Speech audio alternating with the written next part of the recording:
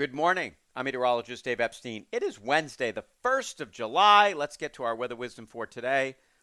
And I did skip yesterday. I just got busy with stuff, and that's the only excuse I have. And I all of a sudden remembered it like late yesterday afternoon. So it happens.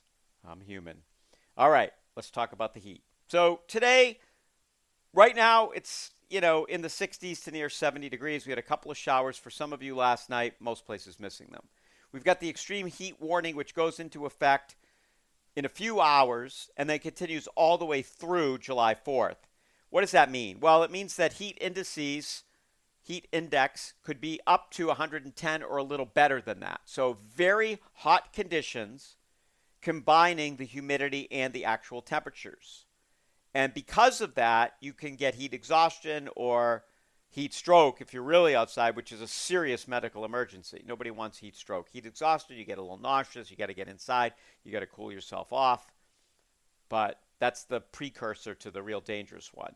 And it can be dangerous. I mean, people that are working outside in this heat, especially Thursday and Friday, very susceptible to problems. And I was thinking about, like, I spent a lot of time at camp all through my teens and 20s, and even went back in my 40s and early 50s.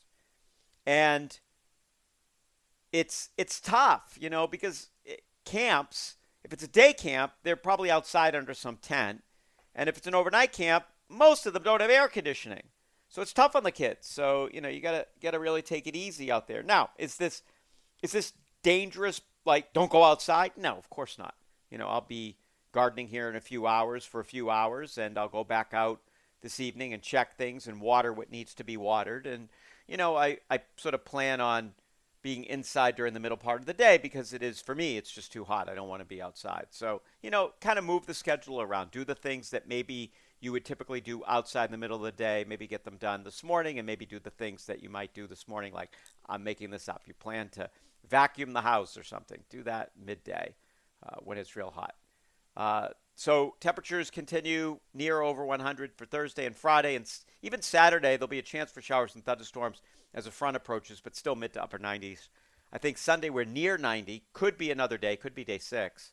So we've got, or 5, Wednesday, Thursday, Friday, Saturday, and Sunday. And then Monday definitely should back off with an easterly breeze. We should go back to the 80s. Have a great morning, everybody.